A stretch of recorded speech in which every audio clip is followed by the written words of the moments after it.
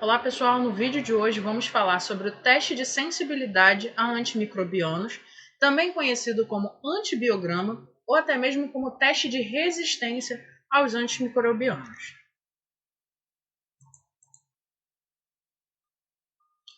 O antibiograma, o nome original do exame, é teste de sensibilidade aos antimicrobianos. A sigla desse exame é TSA, mas popularmente ou genericamente a gente popularizou o termo antibiograma para se referir, a esse tipo de metodologia realizada pelo laboratório. Ela é uma das principais tarefas executadas ali pelo setor de microbiologia nas análises clínicas, além de identificação bacteriana, além dos procedimentos ali de testes específicos bioquímicos que a gente já discutiu nos vídeos anteriores. Mas esse tipo de teste ele é utilizado para avaliar o quanto um antibiótico consegue combater uma bactéria ou o quanto essa bactéria consegue ou não resistir à ação de determinado grupo ou grupos de antibióticos. Então, é um tipo de exame que orienta a escolha da terapia antimicrobiana, escolhe o tipo de antibiótico mais adequado em relação ao processo infeccioso que o paciente apresenta. E, além disso, ele acaba sendo uma importante ferramenta no monitoramento da evolução de resistência bacteriana. A gente já vem discutindo isso há algumas aulas e até mesmo há algumas disciplinas. Se popularizou muito a questão da resistência aos antimicrobianos, inclusive esse ainda é um dos motivos pelos quais os antibióticos não deveriam, pelo menos, ser vendidos sem receitas nas farmácias. É justamente para controlar o uso indiscriminado desses medicamentos, mas a gente sabe que ainda assim existem locais que fazem, infelizmente, a venda sem a prescrição, e que foi, na verdade, uma prática muito frequente durante muitos anos, as pessoas fazerem uso de antibióticos de forma errada, para fazer combate, por exemplo, a infecções virais, cujo antibiótico não tem o menor efeito em relação ao combate direto ao vírus, ou utilizando antibióticos no lugar de outros tipos de medicamentos, como anti-inflamatórios ou até mesmo analgésicos. Então, pessoas que confundem a ação desses medicamentos. Durante muitos e muitos anos foi muito comum as pessoas acharem que o antibiótico ele era um remédio que tinha um efeito mais forte. E aí, no lugar de fazer o uso de um analgésico, um antitérmico ou qualquer mesmo um anti-inflamatório, relaxante muscular, faziam uso de antibióticos achando que ele teria uma ação mais eficiente em cima do sintoma que essa pessoa estava sentindo. Então, não se conhecia muito bem para que ele servia. Um antibiótico é um grupo de medicamentos que serve para o combate às infecções bacterianas, tá?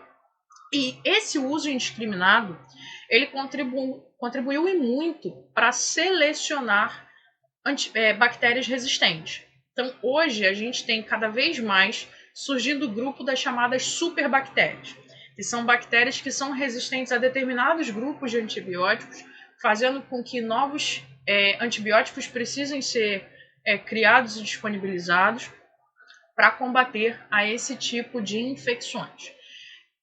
A resistência aos antibióticos ela vai funcionar da seguinte maneira. Quando você tem um medicamento que não consegue eliminar essa bactéria causadora da infecção, ou segura essa evolução bacteriana por um determinado tempo, aquele grupo de bactérias começa a ficar resistente àquele medicamento. Então, por exemplo, numa nova infecção pelo mesmo agente causador da infecção, pode ser que o primeiro antibiótico que tenha sido usado já não seja mais eficiente. Aquele grupo, aquela cepa de bactéria, criou resistências àquele grupo de antibióticos. Então, à medida que o antibiótico ele vai sendo utilizado de forma errada, a gente acaba selecionando cepas de bactérias que são mais resistentes a determinados antibióticos. E isso faz com que o tratamento seja mais difícil. Ou você começa a ter que aumentar a dose de antibiótico utilizada naquele paciente, ou então você tem que recorrer a outro grupo de antibiótico para combater aquela infecção. E nesse sentido, o antibiograma ele vem para orientar a antibiótico terapia. Porque você sabe, fazendo esse exame, você consegue ter a noção de quais antibióticos vão te dar um bom resultado em relação ao tratamento daquele paciente, quais antibióticos não vão servir, quais antibióticos podem servir desde que sejam utilizados numa dosagem maior. E isso a cada infecção que vai sendo passada. Então, você detecta quem é a bactéria e avalia uma cepa daquela bactéria, com uma cultura, melhor dizendo, daquela bactéria, quem é o melhor antibiótico para combater aquela infecção. Lembrando que a decisão final, e a gente vai falar isso mais para frente também, ela é sempre do médico. No laboratório, você vai avaliar. Você já identificou quem é a bactéria, você vai fazer um procedimento de cultivo, né, de cultura dessa bactéria, vai fazer o teste de sensibilidade e vai liberar o laudo com os antibióticos que você testou e para quais antibióticos surtiram, melhor dizendo, efeito em relação àquela bactéria que você testou. Então, você identificou quem era o agente causador da infecção e vai trazer os grupos de antibióticos que funcionaram, o grupo que não funcionou, o grupo que não foi testado, né, muitas vezes, e quem toma a decisão de qual medicamento utilizar naquele paciente é o médico. Além disso, então, o antibiograma ele vai servir também como método auxiliar na implantação de medidas de controle que evitem a disseminação de bactérias multiresistentes, né? A gente já discutiu nas aulas anteriores, principalmente nas provas de identificação bioquímicas, né? Dois tipos de testes para avaliar resistência. Em relação às ESBL, tá? E em relação por exemplo, a gente citou o exemplo principal da KPC, né? Que é um grupo, ela é uma espécie de bactéria, que é a Klebsiella pneumoniae, porém resistente aos carbapenêmicos, né? Que são um dos grupos de antibióticos. Então, você vai fazendo esses dois testes, né? O padrão é muito parecido com o do antibiograma, mas são testes específicos de resistência a antibióticos ou a classes antibióticos específicos, que são os beta-lactâmicos, né, e os carbapenêmicos. O antibiograma, ele é uma metodologia, ou são metodologias, né, já que a gente tem mais de uma, padronizadas a partir do CLSI, tá? Que é dos Estados Unidos, e a gente traz esse padrão aqui para a nossa realidade brasileira. Então, a gente usa o padrão do CLSI. O antibiograma ele deve ser realizado na avaliação das seguintes bactérias. As enterobactérias, né, que é aquela família Enterobacteriaceae, Pseudomonas, Acinetobacter, Staphylococcus, Enterococcus, Streptococcus pneumoniae, Streptococcus do grupo Viridans e beta-hemolítico, Haemophilus influenza, complexo Burkholderia cepacia, Stenotrophomonas maltophilia, Neisseria gonorreia, Neisseria meningitidis. Essas duas aqui a gente não comentou nas nossas aulas anteriores, mas a Stenotrophomonas ela é relativamente rara, né? Enquanto infecção humana, mas tem sido muito relacionada a infecções pulmonares. E esse complexo aqui, na verdade, é um grupo de várias espécies de bactérias que estão muito associadas a infecções pulmonares, principalmente associadas a pacientes com fibrose cística, tá? Então, nesses casos onde o paciente já tem fibrose, é um tipo de identificação bem comum.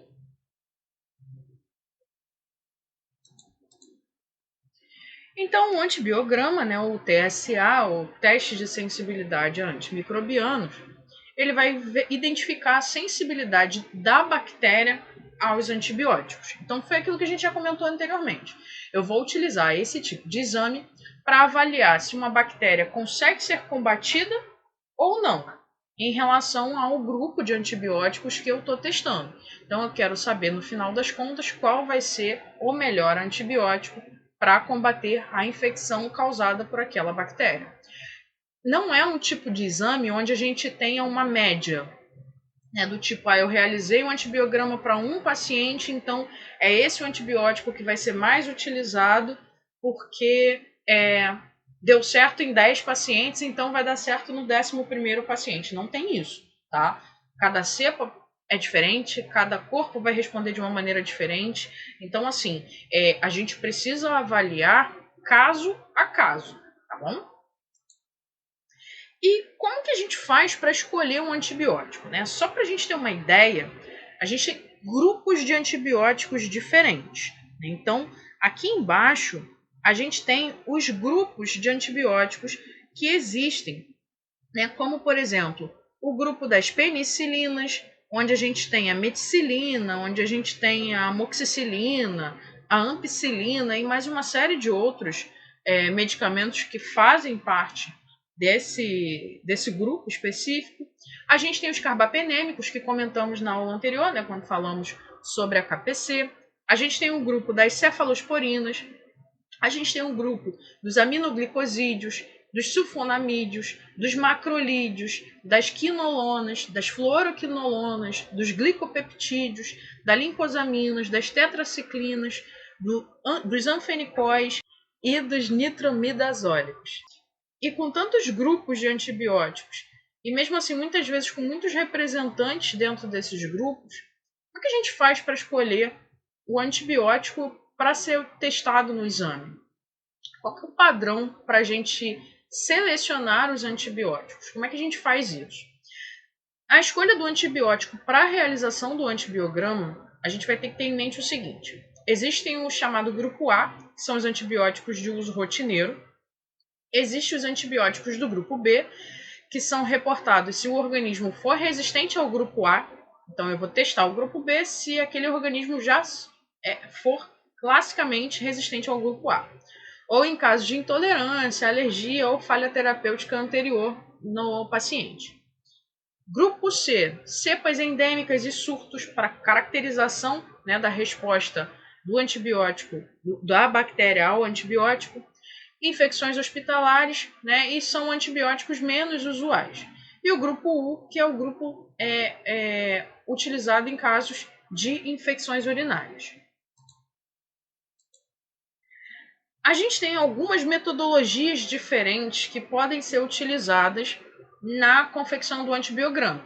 A gente tem, por exemplo, o método de diluição, o método de discodifusão, o método e-teste e o método automatizado. Então a gente vai falar um pouquinho sobre cada um deles. O primeiro que a gente vai ver é o método de diluição.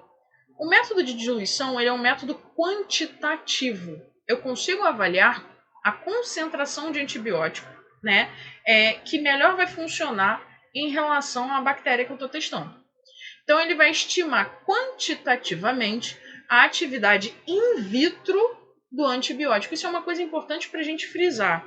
Eu estou avaliando um teste em um laboratório. A resposta do antibiótico no organismo do paciente não necessariamente vai ser da mesma forma em que eu estou encontrando no laboratório. Que existem outras variáveis do organismo daquele paciente que podem ali melhorar ou piorar a resposta, né, em relação àquela infecção. Então, quando a gente fala em encontrei o melhor antibiótico, estou testando alguns que não são tão eficientes, testei alguns e verifiquei que não são tão eficientes, eu estou aqui avaliando uma resposta laboratorial. No organismo, é claro que a média acaba se reproduzindo, mas eu posso, por exemplo, no caso de um antibiótico que tenha se revelado extremamente eficiente no teste in vitro, se revelar eficiente no uso, porém não tanto quanto se esperaria da mesma maneira em que se revelou no teste in vitro, tá? Então isso é uma coisa para a gente ter em mente.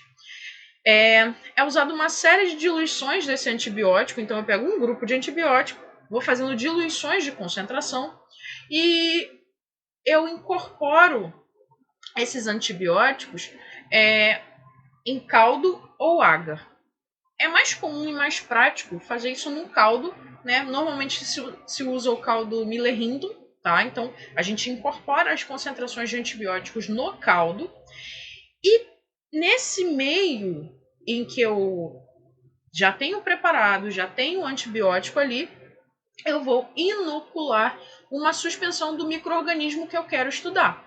Então, eu já identifiquei, né, eu já sei a bactéria que veio do paciente, ela já cresceu, já cultivei, eu já peguei essa bactéria, vou inocular, né, vou preparar uma suspensão, vou inocular nesse caldo novo, que eu acabei de preparar, contendo as concentrações diferentes de antibiótico, e vou incubar esse caldo entre 18 e 24 horas a cerca de 35 graus. Normalmente a temperatura vai de 35 a 37, mas 35 graus já é uma temperatura bacana. A menor concentração que inibe in vitro o crescimento bacteriano é conhecida como concentração mínima inibitória, que a gente vai chamar de CMI, NIC ou CIM. Existem vários signos diferentes para a gente se referir, né, a essa característica, tá? Mas todas elas vão significar concentração mínima inibitória. O CIM é que vai fazer o contrário a frase, né? Concentração inibitória mínima, mas tudo vai se referir à mesma característica bacteriana, tá? Então aqui, por exemplo, a gente tem o seguinte: eu tenho uma série de tubos onde eu tenho já as concentrações de antibióticos, tá? Em cada um deles. Eu tenho as bactérias que foram inoculadas e os tubos que contêm, que estão aqui com a cor mais escura, são os tubos com crescimento bacteriano. Lembrando que, como a gente está falando em caldo, o crescimento bacteriano é a turvação do meio de cultura. Então, eu turvei o meio de cultura, observei o meio turvo, tem o crescimento bacteriano. Chega um certo ponto onde eu não observo mais a turvação, eu tenho ali a concentração mínima inibitória, porque eu não obtive crescimento dessas bactérias. Então, esse é o ponto onde eu tenho essa concentração. Aqui nesse exemplo, a nossa CMI ou a nossa CIM é de 32 microgramas por ml. É nessa faixa aqui, onde eu já não tenho mais um meio turvo. Eu ainda tenho a presença ali de uma bactériazinha ou outra, mas eu já não tenho crescimento. Eu já freiei o crescimento dela. Uma outra característica que pode ser avaliada também é a chamada concentração bactericida mínima, ou CBM ou MBC, que é onde aí, de fato, eu já não tenho crescimento mesmo da bactéria, que aí, nesse caso, seria nesse ponto aqui. Então, no ponto 32, eu freiei o crescimento bacteriano, não tenho mais crescimento bacteriano, eu tenho ali a concentração mínima inibitória, onde já não existe mais bactéria nenhuma, aí eu chamo de concentração bactericida mínima. A diferença de um para o outro é que em um eu ainda posso ter presença, mas não crescimento, e no outro eu já não tenho mais nenhuma bactéria, tá? Aqui ele usou as diluições de 8, 16, 32 e 64 microgramas, né? E incubou por 16 horas. A gente pode incubar, normalmente a grande maioria ele responde em incubação de 18 horas, tá? Quanto menor a CMI, né, quanto menor a concentração inibitória, maior a potência desse antimicrobiano, desse antibiótico. Então, os antibióticos com CMI mais baixa, em relação àquela bactéria que a gente está testando, vão ser mais eficientes, digamos assim. E para aquilo que a gente viu na imagem anterior, em forma de esquema, a gente vê aqui uma imagem real. Olha a diferença desse aqui para esse. Aqui eu ainda tenho um meio turvo, aqui não mais. Então é clara a diferença visual do momento onde a gente não observa mais a turvação desse meio de cultura. Essa técnica de tubos, ela é chamada de macrodiluição em caldo. Eu tenho uma alternativa à macrodiluição, que é justamente a microdiluição. No lugar de eu separar tubos e ir fazendo a diluição, que é uma coisa que ocupa muito espaço, demanda muito tempo. Isso pode ser feito em plaquinhos. Essa aqui é uma placa semelhante à placa de ELISA. Nesse caso, já é uma placa pronta, contendo caldo com concentrações diferentes. E cada coluna eu tenho um micro-organismo diferente. Então, é um teste de microdiluição. Nesse caso, para polimixina B, com concentrações de 16 microgramas a 0,125 microgramas por litro. Então, eu variei as concentrações e cada coluna possui um micro-organismo. Na coluna 11 aqui, a gente tem, por exemplo, pseudomonas.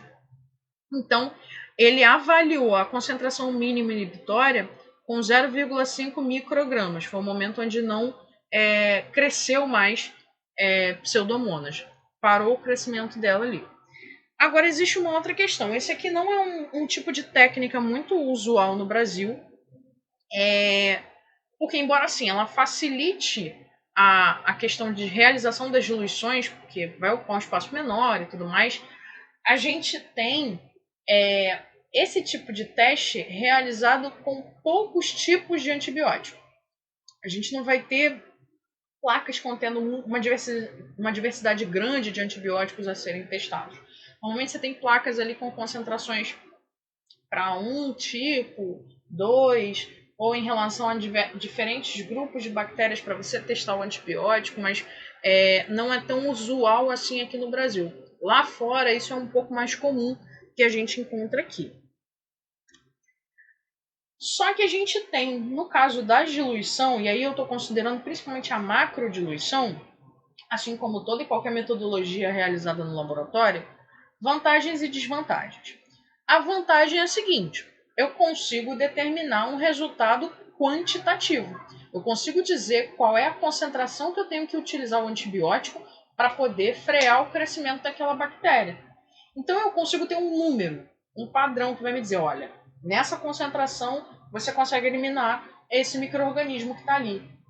É mais fácil a gente trabalhar com essa concentração inibitória porque você vê numericamente, né, a eficiência desse antibiótico. As desvantagens são as seguintes: eu vou utilizar uma quantidade de reagentes muito grande, porque eu vou ter que preparar para cada antibiótico que eu estou testando essas diluições. Eu não consigo fazer vários num teste só. Eu vou ter que fazer uma série de diluições de concentração para um grupo de antibióticos.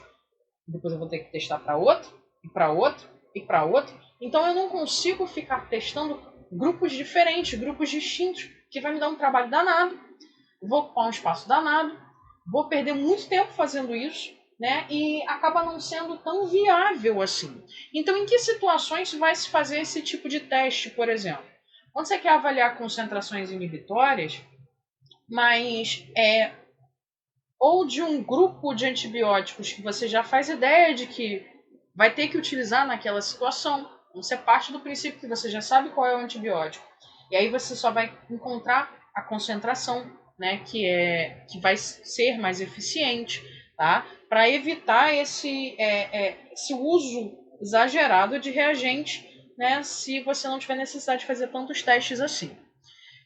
O espaço necessário, né, para o armazenamento desses tubos, você vai ocupar um espaço muito grande e a gente vai precisar lembrar que muitas vezes os laboratórios não vão ter todo esse espaço de bancada para isso, porque já existem tantos outros testes sendo realizados juntos com a realização de antibiograma pelo setor de micro, né? Eu não tenho um local só para realizar o antibiograma. Eu vou realizar o antibiograma ali no mesmo local, é claro que não ao mesmo tempo, mas no mesmo local onde você vai fazer semeadura, onde você vai estar avaliando o crescimento, onde você vai estar fazendo as provas bioquímicas. Então, o espaço físico aqui acaba sendo muito grande em relação ao exame, para ser ocupado, né, em relação ao exame que você está fazendo. A possibilidade da ocorrência de erros durante a preparação das concentrações, né? Então, é uma coisa que você vai demandar. Claro que existe a padronização, existe toda uma metodologia a ser seguida, mas se você errar, né, qualquer erro que tenha no meio do caminho, você acabou com o teu teste ali. E é um trabalho manual dispendioso para a preparação desse teste. Como eu falei para vocês, você vai demandar um tempo ali preparando o caldo, colocando o antibiótico, preparando a suspensão de bactérias, fazendo a inoculação, incubando para poder avaliar. Isso em relação a um grupo de antibióticos. Aí, se você quiser testar outro, você vai ter que fazer tudo de novo. Então, acaba sendo uma demanda de tempo muito grande, muito custosa, né? E aí é uma questão de gestão mesmo. Se você perde um profissional, ou se você tem um profissional que está ali esse tempo nessa elaboração do teste, ele não está executando outra tarefa enquanto ele está fazendo aquilo ali. Então, se o teu laboratório tem uma rotina muito grande, um fluxo muito grande, uma quantidade muito grande de exames que se recebe, né, acaba não sendo tão eficiente, ok? E aí a gente tem o teste que é mais utilizado, que é o método de discodifusão, ou também chamado de método de Kirby-Bauer. Esse é um método que é qualitativo. Então eu não consigo avaliar a concentração de antibiótico, mas eu consigo testar antibióticos diferentes e avaliar literalmente quem serve e quem não serve para combater, né, aquela bactéria que está ali. Eu vou utilizar como meio de cultura para esse teste o agar Miller-Hinton, né? É o meio base para a realização de antibiograma, e a gente já discutiu isso em aulas anteriores. E nesse agar, eu faço ali a semeadura do meu micro-organismo que eu quero testar. Vou colocar discos de papel. Esses discos de papel filtro são impregnados com antibióticos, são esses disquinhos aqui, ó. E esses disquinhos podem ter concentrações diferentes, né? Mas são discos ali de antibióticos acima do agar semeado com o micro-organismo que eu estou estudando. Então, literalmente, eu preparei o agar Miller-Hinton, vou fazer a minha semeadura. Depois que eu semeei, vou colocar os discos e vou incubar a minha placa para avaliar o resultado. Uma vantagem em relação desse teste em relação ao que a gente falou anteriormente é o seguinte: lá no teste de diluição eu vou ter que fazer uma rotina para cada antibiótico. Aqui não. Aqui eu consigo testar diferentes antibióticos. Numa placa grande, que é a placa de 150 milímetros, eu posso colocar até 12 discos de antibióticos. Na placa menor, de 90, eu posso colocar até 5 discos. Então, considerando uma placa grande, eu posso testar 12 antibióticos por vez. Isso me facilita o trabalho. A única questão é que aqui, como eu disse, é um método apenas qualitativo e não quantitativo. Então, você consegue ter ideia de quem é o melhor antimicrobiano para ser utilizado, só que você não tem a concentração, a concentração mínima, né, necessária para aquele organismo ali. O Miller-Hinton ele é o meio base para realização do antibiograma por discodifusão. Só que existem algumas espécies ou alguns organismos que vão requerer pequenas diferenças em relação à observação do antibiograma. Os hemófilos, eles vão ser... O antibiograma para hemófilos ele vai ser no Haemophilus Test Medium, que é o HTM, é um meio específico para ele, tá? As neisserias do tipo gonorreia vão ser... o antibiograma vai ser feito em GC agar base, tá? E o Streptococcus pneumoniae, ele vai usar a base do Miller-Hinton com adição de 5% de sangue. Então é como se fosse um agar sangue Miller-Hinton, digamos assim. O meio base é o Miller-Hinton, porém com adição de sangue para a gente fazer a visualização dos halos, né, do disco, não um halo de hemólise, tá? Os discos eles têm que ser colocados na amostra, né, na placa, com cerca de 2 a 3 centímetros de distância, para a gente evitar a sobreposição dos halos.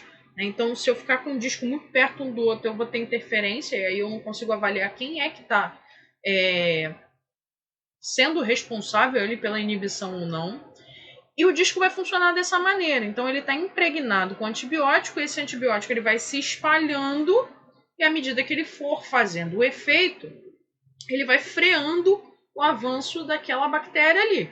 Então, o espaço que eu vejo é justamente, né, o espaço que a gente chama de halo, é justamente a ação do antibiótico, empurrando a bactéria cada vez mais distante. Então, quanto mais longe essa bactéria tiver do meu disco de antibiótico, melhor esse antibiótico está funcionando, porque está afastando cada vez mais. Né? Ele está conseguindo ali eliminar aquela bactéria que está próxima. E o contrário é válido. Né? Se eu tenho a bactéria crescendo ali do lado do disco, significa que aquele disco não está fazendo efeito contra aquela bactéria que está ali.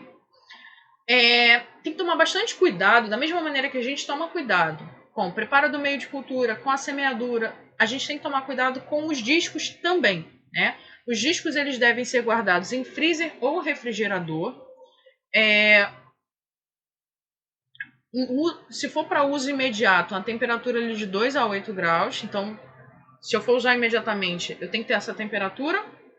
Se não for, né, eu guardo ali dentro da validade, vou guardar de forma refrigerada ou vou colocar no freezer. Penicilina e os derivados da penicilina eles têm que ser colocados num dessecador. Tá? Atenção aos prazos de validade, extrema atenção a isso. Tá? E deixar em temperatura ambiente por 2 horas antes do uso.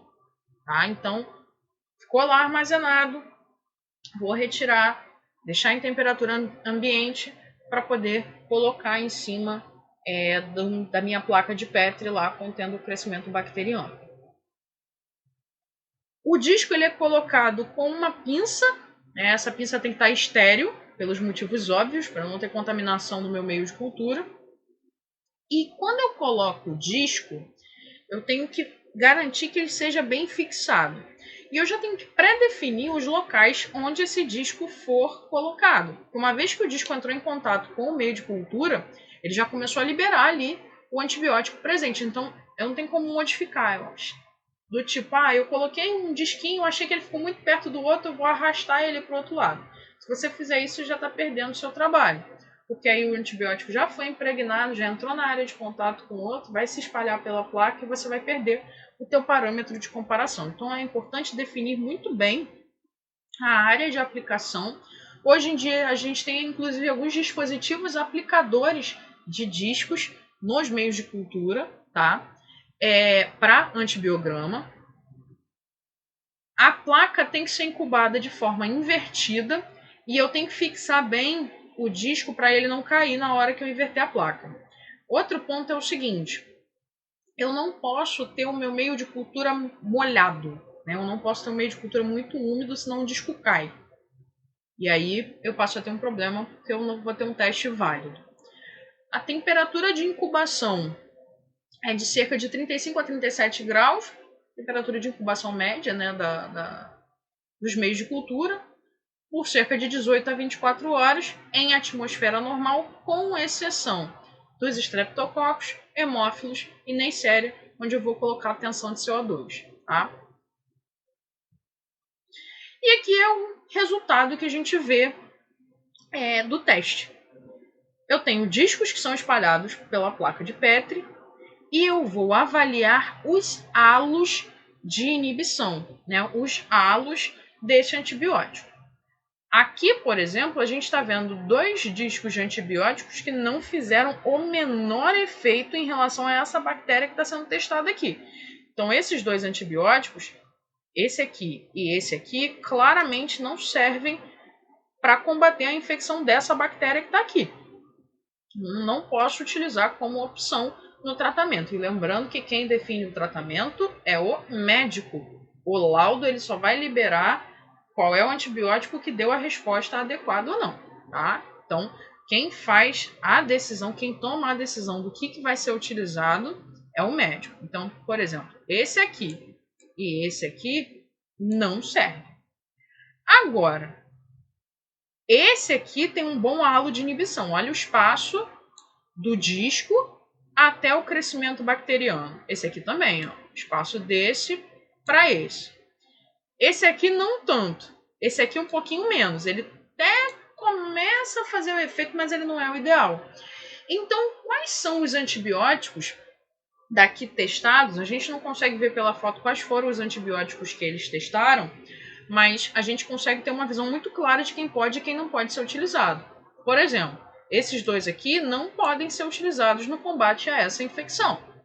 Esses aqui começaram a dar resposta, mas não foi uma resposta eficiente.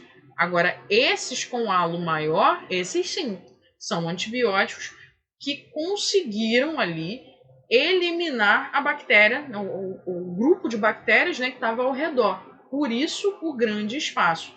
Então, a gente pode dizer da seguinte maneira: quanto maior for o halo de inibição, melhor é a resposta daquele antibiótico em relação àquela bactéria que eu estou testando. Quanto maior o halo, melhor a atividade, maior a potência daquele antibiótico ali em cima da bactéria que eu estou testando.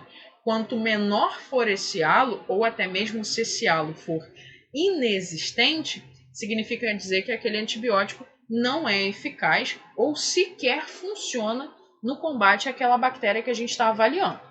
Aqui um outro exemplo. Ó. Aqui a gente consegue ver um antibiótico com um bom halo de inibição. Aqui, resposta muito pouca. Aqui também. Aqui um pouquinho mais do que essa, mas ainda assim não muito boa. Então é visível, através desses halos, aos quais antibióticos a bactéria é sensível e quais antibióticos ela é resistente. Inclusive, isso é o que é liberado no laudo.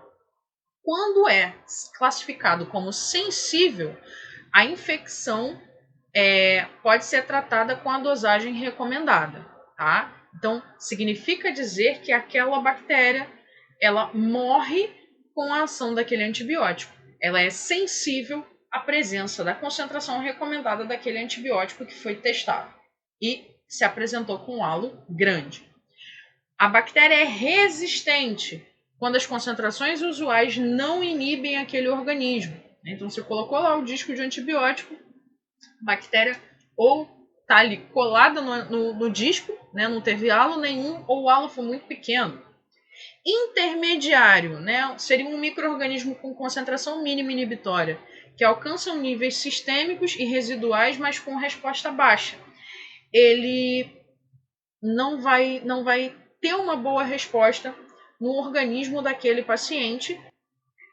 E essa bactéria que foi testada, né, a bactéria que foi encontrada na infecção, ela tem resistência intermediária àquele antibiótico que foi utilizado no disco. Significa dizer que no organismo da pessoa ele pode não apresentar uma boa resposta, não seria o ideal.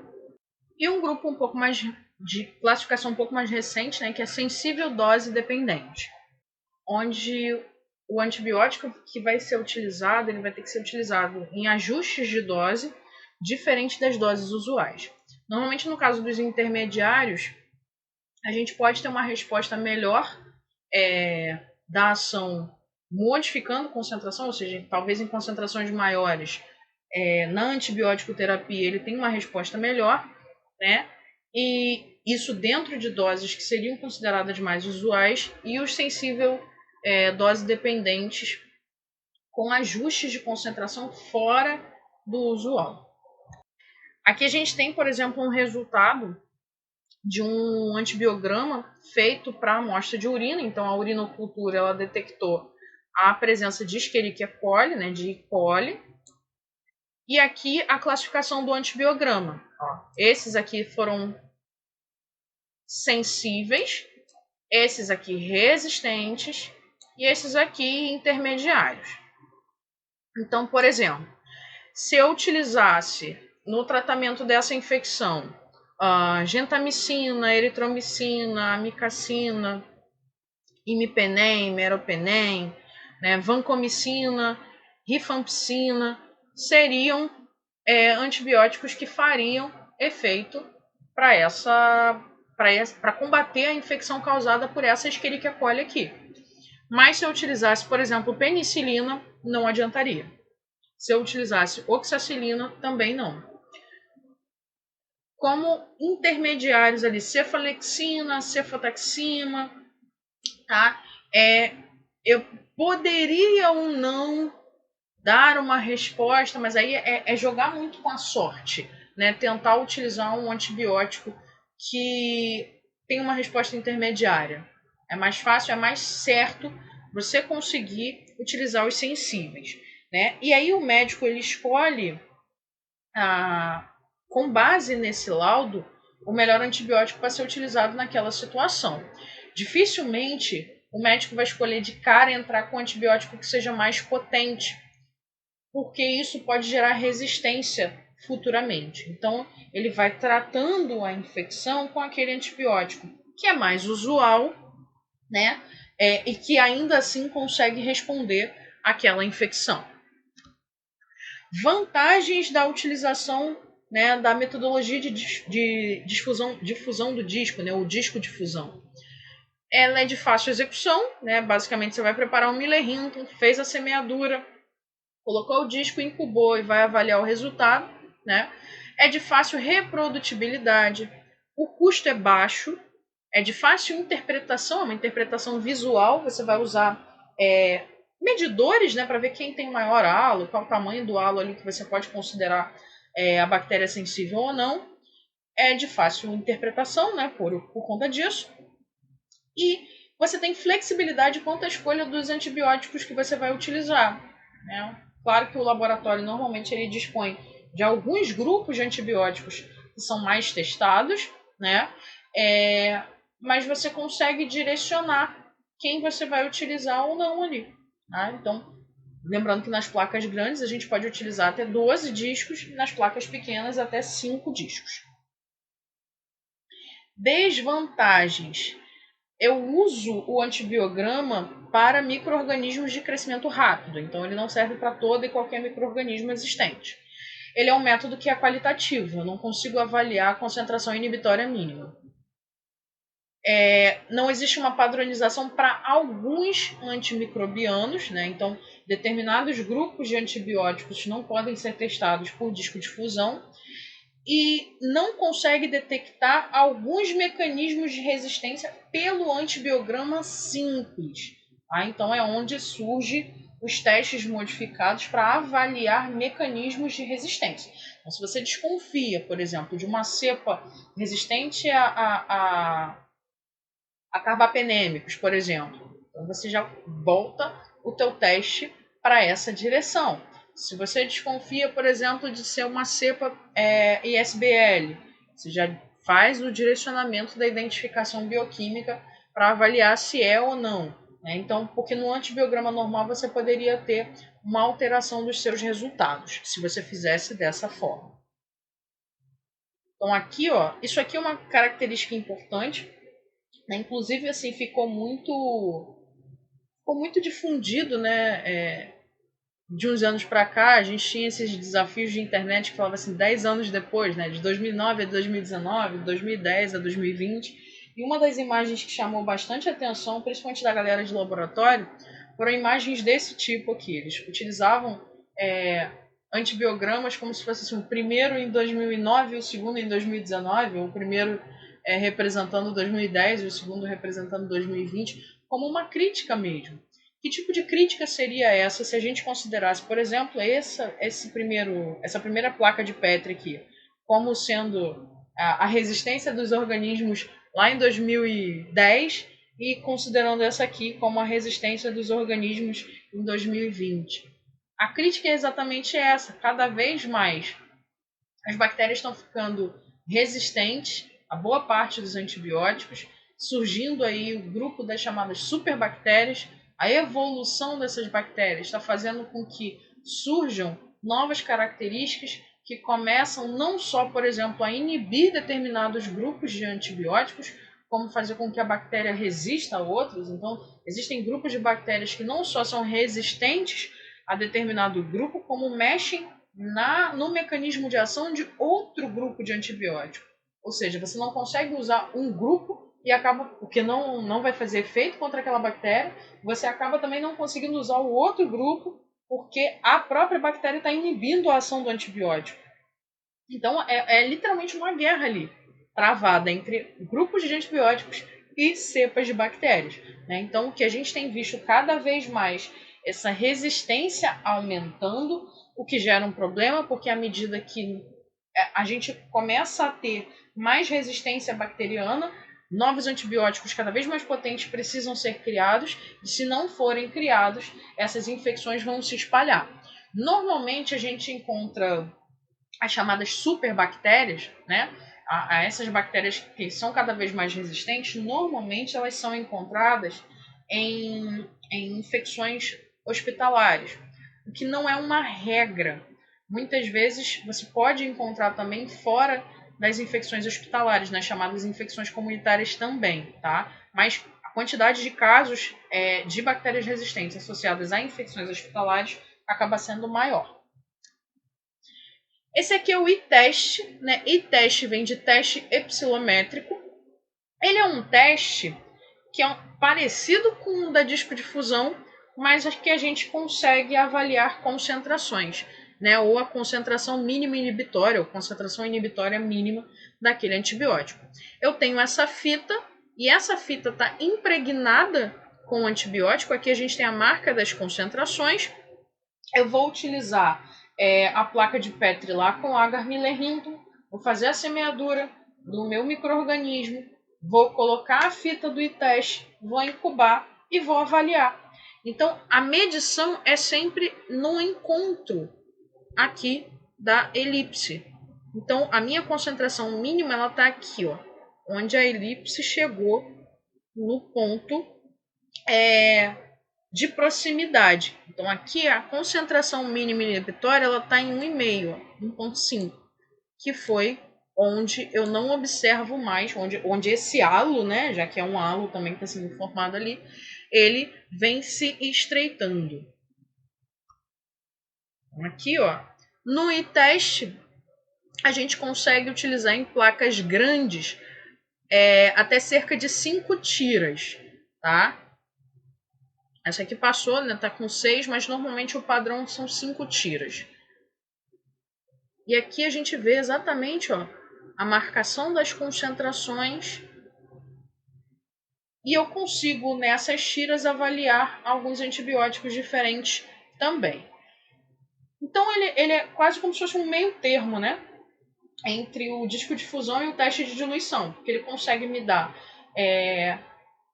a avaliação de diferentes antibióticos numa mesma placa, não tantos quanto o discodifusão, mas ele consegue. E eu consigo avaliar a concentração inibitória mínima. Então, eu consigo avaliar também semi-quantitativamente, né? Qual é a menor concentração daquele antibiótico ali que eu posso utilizar. Vantagens em relação aos demais. Justamente conseguir avaliar a concentração inibitória mínima. Consigo utilizar esse tipo de teste em bactérias fastidiosas. Consigo ter uma flexibilidade na escolha dos antimicrobianos, tal como a gente tinha no teste de discodifusão. E ele é de fácil execução, não tem mistério. Fez a semeadura, colocou o i-teste. Porém, ponto negativo. Essas fitas custam caro. O custo delas ainda é muito elevado para eu ainda ter um limite por placa, né? Eu consigo fazer menos testagens do que o discodifusão e o custo ainda é muito elevado, então acaba não sendo a melhor opção. Por isso que de todos que a gente avaliou até agora, que são de metodologia manual, a discodifusão, né, ou o método de Kirby-Bauer é o mais utilizado. E como métodos automatizados, a gente tem sistemas, né, como o Vitek 2, o Alkaway e o Phoenix, tá? São equipamentos onde o sistema automatizado ele já te identifica a bactéria e automaticamente ele já faz o antibiograma te dando o resultado ali. Já te dá o laudo completo, né, de quem é a bactéria e de qual o melhor antibiótico a ser utilizado. Então aqui, por exemplo, a gente tem o exemplo do equipamento da Phoenix, né? Ele consegue identificar as bactérias e também fazer o antibiograma. Na porção de identificação, ele consegue identificar relativamente rápido, né, a grande maioria das bactérias, tanto aeróbias quanto anaeróbias facultativas, gram-positivas, gram-negativas, as principais causadoras de infecção em humanos, né, que é o foco de interesse. A parte de identificação tem ali os testes bioquímicos convencionais, reagentes cromogênicos e fluorogênicos para dar a identificação do organismo. E a parte do antibiograma ela é feita com a metodologia de microdiluição em caldo. Então ele usa ali um indicador para detectar todo o metabolismo bacteriano, determinando tanto o crescimento, né, e medindo ali continuamente a quantidade de bactérias que existe em relação ao antibiótico testado. A gente não consegue ter aqui a testagem de antibióticos em relação a todos os grupos de bactérias, mas é um sistema que automatiza o processo. Então, para um local onde você tem um fluxo muito grande de amostras, onde demanda um resultado rápido, e você já tem basicamente uma ideia de quais são os grupos de bactérias que você consegue diagnosticar, ou que você faz diagnóstico com bastante frequência naquele local, é um investimento que vale a pena. Claro que o custo é bem elevado, tanto de operação quanto de reagentes e tudo mais, mas aquela relação custo-benefício. Se o local tem uma demanda muito grande, acaba sendo bastante eficiente. E esse aqui é um outro equipamento, que é o Walkaway, também realiza as duas coisas. Ele vai incubar a suspensão bacteriana, aciona os reagentes ali, faz a leitura através dos painéis, consegue dizer a concentração inibitória mínima, né, de uma série de antibióticos, não todos, mas de boa parte deles, e processa ali cerca de 40 painéis, né, do tipo Walkaway 40 ou 96 painéis do tipo Walkaway 96. Então, cerca de 40 painéis de uma vez ou 96 de uma vez, dependendo ali do tipo de equipamento que está sendo utilizado. Então, a quantidade, a velocidade, né, e o fato de você ter um procedimento automatizado, né, que tira as interferências que podem ter em qualquer metodologia manual, ela agiliza bastante o processo, torna mais eficiente, com menor chance de erro, né, nesse processo de operação. Então, hoje a gente viu, né, o antibiograma, as formas diferentes de fazer o antibiograma, e só para a gente lembrar, então, esse é um tipo de teste que a gente usa para verificar a resposta da bactéria em relação aos antibióticos que são testados. A gente testa qual vai ser o antibiótico que vai ter o maior efeito, ou maior eficácia em relação à bactéria que foi encontrada na infecção do paciente. E com isso, a gente consegue avaliar, dependendo da metodologia, qualitativamente, ou seja, qual é o melhor antibiótico, e outras metodologias vão avaliar quantitativamente, não só qual é o antibiótico, mas qual a concentração desse antibiótico vai ser ideal para combater aquela infecção. Lembrando que aqui a gente está falando de respostas in vitro. Pode ser que no organismo o antibiótico, né, o antimicrobiano, se comporte de uma maneira um pouco diferente, mas ainda assim é a melhor opção que a gente tem de laboratório para liberar um laudo, cujo médico vai tomar a decisão final e dizer qual vai ser o antibiótico que tem que ser utilizado no tratamento daquele paciente.